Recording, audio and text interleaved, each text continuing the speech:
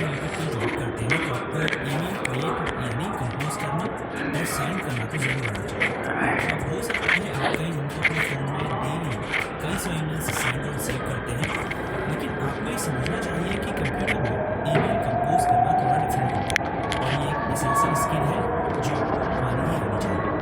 सो इसके लिए आप कई सारे ईमेल क्लाइंट्स का यूज़ कर सकते हैं, जैसे Gmail, Outlook, Windows mail, Yahoo mail और भी बहुत सारे हैं।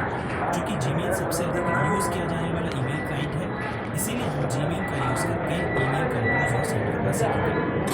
इसके लिए सबसे पहले आपको अपने पीसी या लैपटॉप को इंटरनेट से कनेक्ट करना होगा। अगर आप विंडोज़ टेन का यूज़ कर रहे हैं तो टास्क बार के नोटिफिकेशन एरिया में इंटरनेट जैसा आइकन आपको दिखाई दे रहा है, उस पर क्लिक करें। विंडोज़ 7 में यह आइकन कंप्यूटर के जैसा दिखाई देता है, हालांकि सभी विंडोज़ कंप्यूटर में इंटरनेट से कनेक्ट करने के जो स्टेप्स हैं वो आपको सेम हैं। अगर आपके घर में वाईफाई राउटर नहीं है तो आप अपने मोबाइल हॉटस्पॉट का यूज़ करके भी अपने कंप्यूटर में इंटरनेट एक्सेस कर सकते हैं। तो अब हम वाईफाई ऑप्शन में क्लिक करेंगे। आप देख सकते हैं यहाँ हमको वाईफाई नेटवर्क शो हो रहा है, इस पर क्लिक करेंगे। उसके बाद कनेक्ट पर क्लिक करेंगे। अब इस वाईफाई नेटवर्क का पासवर्ड यहाँ टाइप करेंगे और फिर नेक्स्ट पर क्लिक कर देंगे। अब न्यू पर क्लिक कर दें। आप देख सकते हैं हमारा कंप्यूटर इस वाईफाई नेटवर्क से सक्सेसफुली कनेक्ट हो चुका है। अब हम अपने कंप्यूटर में इंटरनेट एक्सेस कर सकते हैं। अब gmail.com को एक्सेस करने के लिए हम गूगल क्रोम को ओपन करेंगे और सर्च बार में जीमेल टाइप करेंगे, फिर एंटर करेंगे। अब रिजल्ट्स में शो हो रही है पहले लिंक पर क्लिक करेंगे। अब आपको अपने जीमेल अकाउंट से साइन इन करना है। अगर आपके पास जीमेल अकाउंट नहीं है तो क्रिएट अकाउंट पर क्लिक करके आप अपना जीमेल अकाउंट क्रिएट कर सकते हैं। चूँकि हमारे पास पहले से जीमेल अकाउंट है तो हम ईमेल एड्रेस टाइप करेंगे, फिर नेक्स्ट पर क्लिक करेंगे। अब पासवर्ड टाइप करेंगे, फिर नेक्स्ट पर क्लिक करेंगे। क्या हाल है करोल बा आपने अपने जीमेल अकाउंट हाँ। में स्टेप वेरिफिकेशन कंप्लीट किया होगा तो यह आपसे अपने हाँ। अकाउंट को वेरीफाई करने को कहेगा। वेरिफिकेशन कंप्लीट हो जाने के बाद आप अपने जीमेल अकाउंट में साइन इन हो जाएंगे। तो ये जीमेल का इंटरफेस है, ये ईमेल एरिया है जहां आपकी ईमेल्स शो होती हैं। यहाँ लेफ्ट साइड में ये लेबल्स हैं, इनबॉक्स, स्टार्ट, सेंड और ड्राफ्ट्स। जैसे कंप्यूटर में फोल्डर्स होते हैं वैसे ही जीमेल में लेबल्स होते हैं। अगर मोर पर आप क्लिक करेंगे तो आपको और भी लेबल्स शो होंगे, जैसे इंपॉर्टेंट, स्पैम, ट्रेश एक्सेट्रा। उसके नीचे ये कैटेगरीज हैं। वीडियो में आगे हम सभी लेबल्स और कैटेगरीज के बारे में जानेंगे। उसके बाद मैनेज लेबल्स पर क्लिक करके आप इन लेबल्स और कैटेगरीज को शो हाइड कर सकते हैं। अगर आप खुद के नए लेबल्स क्रिएट करना चाहते हैं इस तरह से, तो आप क्रिएट न्यू लेबल पर क्लिक करके न्यू लेबल क्रिएट कर सकते हैं। लेफ्ट साइड में ही ऊपर कंपोज बटन है, जिस पर क्लिक करके आप ईमेल राइट और सेंड कर पाएंगे। इसके बारे में डिटेल में जानेंगे, लेकिन पहले थोड़ा बेसिक इंट्रोडक्शन आपको दे देते हैं। उसके बाद 3 हॉरिजॉन्टल लाइन जो ये है ये मेन मेन्यू कहलाते हैं, जिस पर क्लिक करने पर जो लेबल्स और कंपोज बटन है उसके सिर्फ आइकन्स ही आपको शो होंगे। पुराने व्यू को शो करने के लिए वापस इस पर क्लिक करें। अब ये बीच में सर्च बॉक्स है जहां से आप सिलेक्टेड लेबल के अंदर मौजूद ईमेल्स को सर्च कर सकते हैं। अगर आपको जीमेल से रिलेटेड हेल्प या सपोर्ट चाहिए तो इस क्वेश्चन आइकन पर क्लिक कीजिए। जीमेल सेटिंग्स को ओपन करने के लिए सेटिंग्स आइकन पर क्लिक करें। अगर आपको अदर गूगल ऐप्स को एक्सेस करना है तो आप इस पर क्लिक करके इन गूगल ऐप्स को ओपन कर सकते हैं। उसके बाद अपने गूगल अकाउंट के इस प्रोफाइल आइकन पर क्लिक करके आप अपने गूगल अकाउंट को मैनेज कर सकते हैं। ऐड अनदर अकाउंट पर क्लिक करके आप दूसरे जीमेल अकाउंट से साइन इन करके उसे यहाँ ऐड कर सकते हैं। अगर आपको अपने अकाउंट को साइन आउट करना है तो साइन आउट ऑप्शन पर क्लिक करें। ये राइट साइड के पैनल में कुछ एड ऑन्स हैं, जैसे टास्क है, कॉन्टैक्ट है। अगर आपको इसकी साइड पैनल को हाइड करना है तो आप राइट एरो पर क्लिक करके इसे हाइड कर सकते हैं।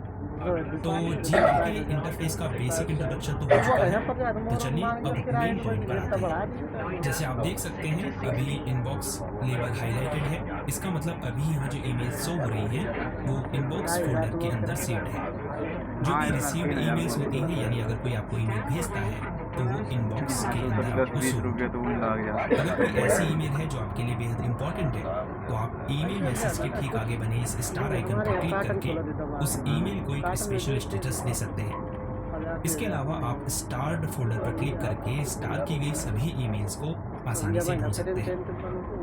अब ये जो ईमेल मैसेजेस के फ्रंट में आपको चेक बॉक्स दिखाई दे रहा है, ये ईमेल को सिलेक्ट करने के लिए है। जैसे मैं अगर इस पर क्लिक करूं तो ये ईमेल सेलेक्ट हो जाएगी। अब आप ऊपर देख सकते हैं यहाँ कुछ ऑप्शंस शो होने लगे हैं। जैसे सबसे पहले ईमेल को सिलेक्ट और अनसेलेक्ट करने के लिए ऑप्शन है। अगर मैं इस पर क्लिक करूं तो सिलेक्ट की हुई ईमेल अनसेलेक्ट हो जाएगी। अब अगर मैं दोबारा इस पर क्लिक करूं तो इस पेज में शो हो रही सभी ईमेल्स सिलेक्ट हो जाएंगी। अब ये जो छोटा सा डाउन एरो है, इस पर क्लिक करने पर आपको कई और अन्य ऑप्शंस शो होंगे। जैसे सभी ईमेल्स को सिलेक्ट करने के लिए और ऑप्शन है। अगर आपको सिलेक्टेड ईमेल्स को अनसेलेक्ट करना है तो नन ऑप्शन है। फिर रीड है, अगर सिर्फ उन्हीं ईमेल्स को सिलेक्ट करना है जिन्हें आपने रीड कर लिया तो इस पर क्लिक करें। जिन ईमेल्स को आपने नहीं रीड किया है उन्हें सिलेक्ट करने के लिए अनरीड पर क्लिक करें। स्टार की गई ईमेल्स को सिलेक्ट करने के लिए स्टार पर क्लिक करें और अनस्टार्ड के लिए अनस्टार्ड ऑप्शन पर क्लिक करें। उसके बाद आर्काइव का ऑप्शन है। अगर आप इनबॉक्स से किसी ईमेल को हटाना चाहते हैं लेकिन आप उसे डिलीट नहीं करना चाहते तो आप उस ईमेल को आर्काइव कर सकते हैं। इससे वह ईमेल इनबॉक्स से हटकर ऑल ईमेल के फोल्डर में मूव हो जाएगी। उसके बाद रिपोर्ट स्पैम का ऑप्शन है। अगर आपको कोई ईमेल स्पैम लगती है तो आप इस ऑप्शन पर क्लिक करके उसे स्पैम फोल्डर में मूव कर सकते हैं। उसके बाद डिलीट का ऑप्शन है। जिस भी ईमेल को आपने डिलीट करना है उसे सेलेक्ट कीजिए, फिर डिलीट के ऑप्शन पर क्लिक कीजिए। ईमेल ट्रेस फोल्डर में मूव कर जाएगी। उसके बाद मार्क एज अनरीड का ऑप्शन है।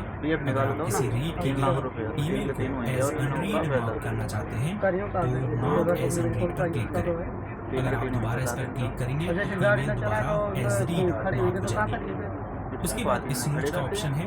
अगर आप किसी ईमेल को आगे के लिए पोस्टपोन करना चाहते हैं तो उस ईमेल को सिलेक्ट करने के बाद स्नूज पर क्लिक करेंगे। फिर उस डेट और टाइम को क्लिक करेंगे। जैसे ही आप उस डेट एंड टाइम पर क्लिक करेंगे वह ईमेल इनबॉक्स फोल्डर से हटकर यहाँ स्नूज फोल्डर में मूव हो जाएगी। और जो भी टाइम आपने सेलेक्ट किया होगा उस समय आपके कंप्यूटर या मोबाइल पर उस ईमेल का नोटिफिकेशन आपको आएगा। अब ऐड टू टास्क का ऑप्शन है। किसी ईमेल को सिलेक्ट करके अगर आप इस ऑप्शन पर क्लिक करेंगे तो सिलेक्टेड ईमेल यहाँ राइट साइड पैनल में मौजूद गूगल टास्क लिस्ट में ऐड हो जाएगी। उसके बाद मूव का ऑप्शन है। अगर आप किसी ईमेल को इनबॉक्स से हटाकर किसी दूसरे फोल्डर में मूव करना चाहते हैं तो आप इस ऑप्शन का यूज कर सकते हैं। उसके बाद लेबल्स का ऑप्शन है। अगर इस ईमेल को सिलेक्ट करने के बाद लेबल्स ऑप्शन पर क्लिक करूं और फिर कंप्लीटेड लेबल को सिलेक्ट करने के बाद अप्लाई पर क्लिक करूं तो आप देख सकते हैं सेंडर नेम के आगे कंप्लीटेड लेबल शो होने लगा है। फिर ये 3 डॉट आइकन है जिसमें कई अन्य ऑप्शंस आपको शो हो रहे हैं, जैसे mark as unread, mark as not important, जिनके बारे में हम ऑलरेडी बात कर चुके हैं। अब ये जो राइट एरो है इस पर क्लिक करके आप ओल्ड ईमेल्स को देख सकते हैं और इस लेफ्ट एरो पर क्लिक करके आप न्यू ईयर ईमेल्स को देख सकते हैं। उसके बाद प्राइमरी, प्रमोशंस और सोशल, ये डिफरेंट ईमेल कैटेगरीज हैं। जैसे प्राइमरी में आपको प्राइमरी ईमेल्स शो होंगे, प्रमोशंस में आपको प्रमोशन से रिलेटेड ईमेल्स होंगे, सोशल में आपको सोशल मीडिया से रिलेटेड ईमेल्स शो होंगे।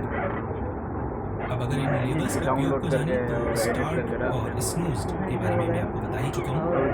सेंट में वो ईमेल्स सेव होती हैं जो आपने भेजी होती हैं। इसके नीचे ड्राफ्ट है, वो ईमेल्स जो आपने क्रिएट तो की होती हैं लेकिन सेंड नहीं की होती तो वो यहाँ सेव होती है। उसके बाद मूव में भी आपको कई लेबल्स शो रहे हैं। सिर्फ इम्पोर्टेंट की ही बात करते हैं, वो नंबर सेव करके हाई कर लो, सभी लेबल की ईमेल्स शो होती हैं। स्पैम में आपको स्पैम ईमेल और ट्रेस में आपके द्वारा डिलीट की गई डिलीटेड ईमेल्स शो होती हैं। अगर आपको किसी डिलीटेड ईमेल को रिस्टोर करना है तो आप उसे सेलेक्ट करके इनबॉक्स फोल्डर में मूव कर सकते हैं और परमानेंटली डिलीट करने के लिए डिलीट फॉरएवर के ऑप्शन पर क्लिक कर सकते हैं। अगर आपको ट्रैश फोल्डर की सभी ईमेल्स को डिलीट करना है तो एम्प्टी ट्रेस नाउ के ऑप्शन पर क्लिक करें और फिर ओके पर क्लिक कर दें। ट्रेस फोल्डर की सभी ईमेल्स डिलीट हो जाएंगी। वैसे जिस भी ईमेल को आप डिलीट करते हैं वो 30 दिनों के बाद ट्रेस फोल्डर से ऑटोमेटिकली डिलीट हो जाती है। तो चलिए अब ईमेल कंपोज और सेंड करना सीखते हैं। उसके लिए ऊपर कंपोज बटन पर क्लिक करें। अब हम इस विंडो को बड़ा कर लेते हैं। उसके लिए इस फुल स्क्रीन आइकन पर क्लिक करेंगे।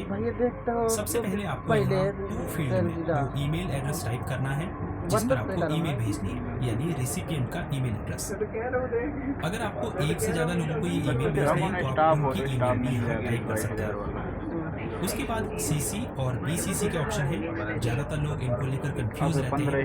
तो सीसी का मतलब कार्बन कॉपी होता है और बीसीसी का मतलब ब्लाइंड कार्बन कॉपी होता है। अगर आप किसी व्यक्ति को इस ईमेल की कॉपी भेजना चाहते हैं तो आप सीसी में उसका ईमेल एड्रेस एंटर कर सकते हैं।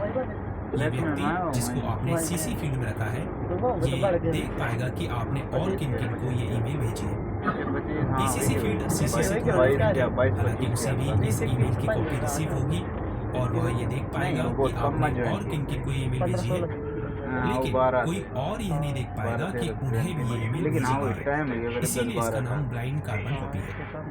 हालांकि नॉर्मल ईमेल सेंड करना में सीसी और बीसीसी का कोई यूज नहीं है, लेकिन अगर आप एक कंपनी में काम करते हैं और आपको अपने बॉस और मैनेजर को ईमेल्स की कॉपी भेजनी है तो आप वहाँ पर सीसी और पीसीसी का यूज कर सकते हैं। उसके बाद सब्जेक्ट फील्ड में आपको इस ईमेल का सब्जेक्ट लिखना है। ईमेल लिखने की शुरुआत आप डियर सर, रिस्पेक्टेड सर या फिर हाय जो भी उनका नाम है इससे कर सकते हैं। फिर एक लाइन छोड़कर अपना मैसेज लिखना शुरू करेंगे।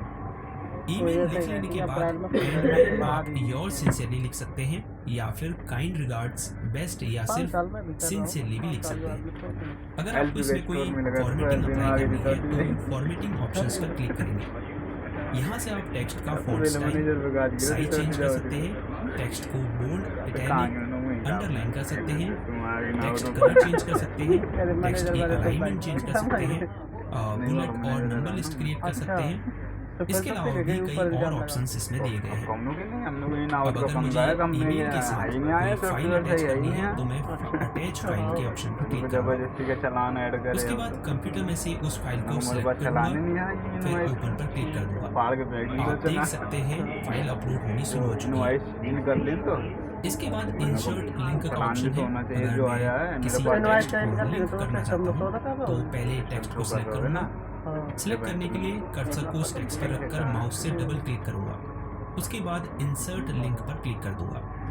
यहाँ बॉक्स में उस लिंक को पेस्ट कर दूंगा। उसके बाद ओके बटन पर क्लिक कर दूंगा। आप देख सकते हैं इस टेक्स्ट का कलर ब्लू हो चुका है।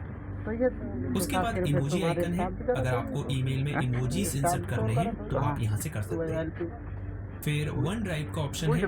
आप वन ड्राइव से भी यहाँ फाइल इंसर्ट कर सकते हैं। इससे आप फोटो इंसर्ट कर सकते हैं। अगर आप चाहते हैं कि जिसे आप ये ईमेल भेजें वो इसे फॉरवर्ड, कॉपी, प्रिंट या डाउनलोड नहीं कर पाए तो यहाँ से आप कॉन्फिडेंशियल मोड को इनेबल कर सकते हैं। फिर ये डिजिटल सिग्नेचर इंसर्ट करने के लिए है।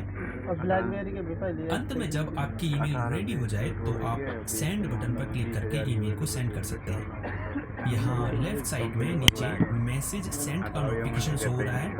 इसका मतलब ईमेल सेंड हो चुकी है। अब आप सेंड फोल्डर में जाकर उसे देख सकते हैं। तो चलिए अब ईमेल का रिप्लाई करना और किसी ईमेल को फॉरवर्ड करना सीखते हैं। अगर आपको किसी ईमेल का रिप्लाई करना है तो आप उस ईमेल को फिर थोड़ा नीचे स्क्रॉल करें। बॉटम में आपको रिप्लाई और फॉरवर्ड बटन दिखाई दे रहा है। रिप्लाई पर क्लिक करें। अब अपना मैसेज टाइप करके सेंड पर क्लिक कर दें। चूंकि ये डेमो था तो हम डिलीट आइकन पर क्लिक करके इस ड्राफ्ट को डिस्कार्ड कर देते हैं। दूसरा ऑप्शन फॉरवर्ड का है। अगर आप इस ईमेल को किसी दूसरे एड्रेस पर फॉरवर्ड करना चाहते हैं तो आप